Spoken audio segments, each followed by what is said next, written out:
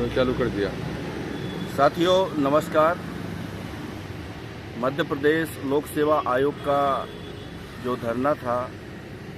वो माननीय मुख्यमंत्री जी के आश्वासन के बाद विराम दे दिया गया है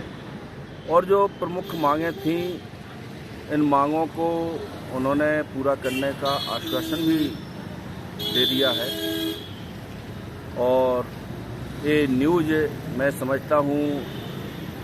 सर्वप्रथम हमारे नो न्यूज़ ओनली व्यूज़ ने काफ़ी शिद्दत से इसको प्रसारित किया था इन मांगों को लेकर के, और वो मांगें 90 घंटे के अंदर माननीय मुख्यमंत्री जी द्वारा मान ली गई है। इसलिए मैं मुख्यमंत्री जी को हार्दिक बधाई देता हूं। आगामी समय में ये परिस्थितियां मुझे ऐसा नहीं लगता कि पटरी पर आएंगी, क्योंकि 87-13% का जो मामला है ये बहुत ही उलझा हुआ मामला है और इसे जानबूझकर इस प्रकार से उलझा दिया गया है कि एक गलती सुधारने के लिए 2 गलतियां की जा रही हैं। साथियों, मैं बताना चाहूँगा कि मध्य प्रदेश सरकार की ओर से आरक्षण के मामलों में एक शपथ पत्र पेश किया गया है जून 2022 में, जिसमें सरकार की ओर से 14% आरक्षण लागू करने की कोर्ट से गुहार लगाई है। ये सबसे बड़ी गलती सरकार की तरफ से महाधिवक्ता कार्यालय द्वारा की गई है, जबकि सरकार की ओर से कोर्ट को मांग करना चाहिए थी कि 27% आरक्षण का कानून लागू करने के लिए अनुमति दे दी जाए, ताकि जो पद रिक्त हैं,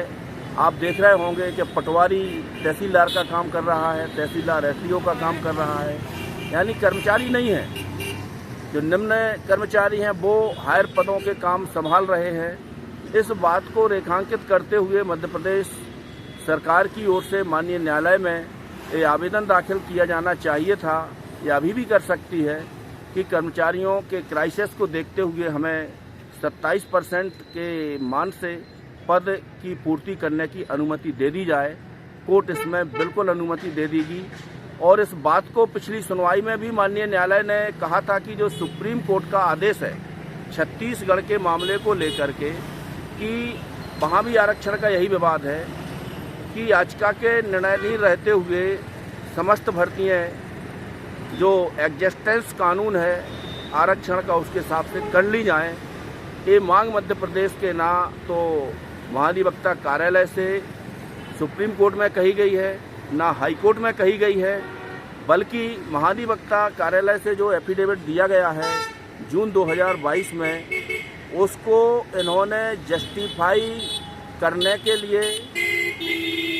87-13 का फार्मूला निकाल दिया, क्योंकि इसमें सरकार की बदनामी का भी प्रश्न था कि 27% का कानून है और 14 के मान से भर्ती की जाएगी। तो सरकार को बहुत कहना चाहिए विरोध का भी सामना करना पड़ता। तो ये लोग कर क्या रहे, 27 के हिसाब से विज्ञापन निकाल रहे हैं और भर्ती 14 पे कर रहे हैं और 87-13 का फार्मूला लागू कर रहे हैं। तो ये बड़ा दुखद है, क्योंकि इससे ओबीसी वर्ग को डबल नुकसान हो रहा है। पहला नुकसान है कि जो मेरिट लिस्ट बन रही है यूआर की, वो 27% पे बन रही है, और यदि ये 27% कानून ओबीसी के लिए होगा तो मेरिट बनेगी 40% पर, क्योंकि इसमें 10% का जो यूआर से जो आरक्षण कम होगा वो है ईडब्ल्यूएस का। तो इसमें ओबीसी को डबल मार झेलना पड़ रही है। और जो भी ये 87-13 का फार्मूला माननीय महाधिवक्ता के अभिमत के आधार पर जीएडी द्वारा सर्कुलर जारी किए गए हैं, इनको तत्काल समाप्त किया जाना चाहिए और माननीय न्यायालय में एक आवेदन दाखिल करके इसमें परमिशन लेना चाहिए। और कोर्ट ने इंगित भी किया था पिछली सुनवाई पे, लेकिन महाधिवक्ता महोदय द्वारा इसमें कंसेंट नहीं दी गई। कोर्ट ने इतना तक कहा कि भाई आपका बनाया कानून आप इसे लागू करना क्यों नहीं चाहते।